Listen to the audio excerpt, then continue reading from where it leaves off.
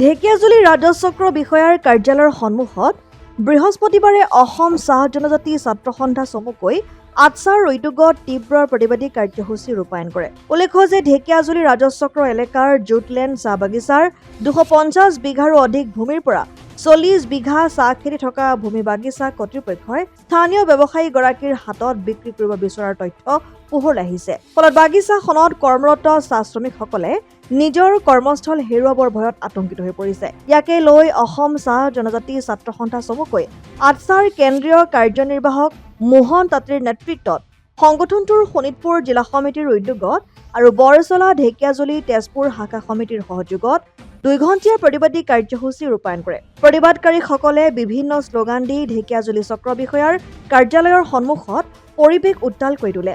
পিছত সংগঠনটোৰ শোণিতপুৰ জিলা সমিতিৰ সভাপতি লক্ষেশ্বৰ মিৰ্ধা আৰু সম্পাদক বসন্ত চাচনিৰ স্বাক্ষৰিত এখন স্মাৰকপত্ৰ ঢেকিয়াজুলি ৰাজচক্ৰ বিষয়াৰ জৰিয়তে অসমৰ মাননীয় মুখ্যমন্ত্ৰীলৈ প্ৰেৰণ কৰে। উক্ত প্ৰতিবাদী কাৰ্যসূচীত আটছাৰ 1 শতাধিক নেতা কৰ্মী উপস্থিত থাকে। জিলা সমিতিয়ে বৰচলা ঢেকিয়াজুলি আৰু তেজপুৰ শাখা সমিতিৰ সহযোগত আজি আৰু এই যি জুটলেণ্ড চাহ বাগিচাৰ শ্ৰমিকসকলৰ সহযোগত আমি 2 ঘণ্টীয়া ধৰ্ণা কাৰ্যসূচী পালন কৰিব আহিছোঁ ঢেকিয়াজুলি ৰাজচক্ৰত। এইকাৰণে যে চপাই চাহ বাগিচাৰ যি স্বত্বাধিকাৰী আছে তেখেতে নিজৰ ডিভিজন জুটলেণ্ড চাহ বাগিচাৰ 40 বিঘা মাটি ইতিমধ্যে বনিয়াক বিক্ৰী কৰিছে। আৰু যিসকল বনিয়াই কিন্তু চাহ খেতি নকৰে তেখেতসকলে সেই মাটি উচ্ছেদ কৰি বাগিচা ভাঙি তাত বিভিন্ন ধৰণৰ মানুহ বসতিস্থান বনাব। তাত আমাৰ যি শ্ৰমিকসকল আছে মাটি বিক্ৰী কৰিছে, ইতিমধ্যে তাৰ খুঁটি পুতিছে।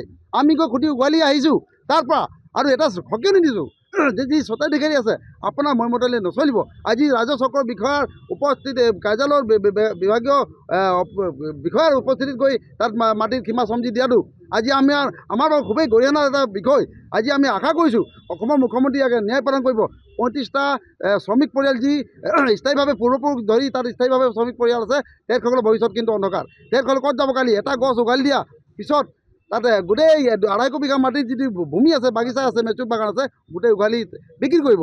এই শ্ৰমিকসকল ক'ত যাব? তেখেতসকলৰ চিন্তা কৰিছেনে মালিকে? তেখেতে চিন্তা কৰা নাই। আমাৰ বিভাগসমূহ আছে নাই? আমাৰ শ্ৰম বিভাগ আছে, আমাৰ উপায়ুক্ত আয়ুক্ত কাৰ্যালয় আছে, আমাৰ ৰাজহ বিভাগ আছে।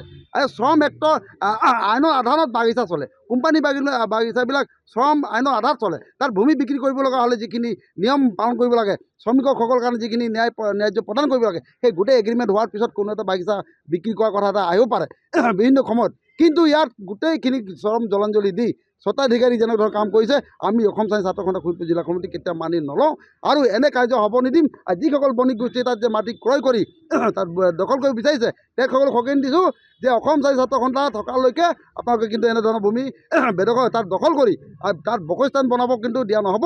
চাহ বাগিচা এটা গছ উচ্ছেদ কৰিব দিয়া নহ'ব। চাহ শ্ৰমিকক কিন্তু জীৱন অন্ধকাৰলৈ ঠেলিব দিয়া নহ'ব। আমি আশা কৰিছোঁ অসমৰ মুখ্যমন্ত্ৰীক আজি স্মাৰকপত্ৰ প্ৰদান কৰিম।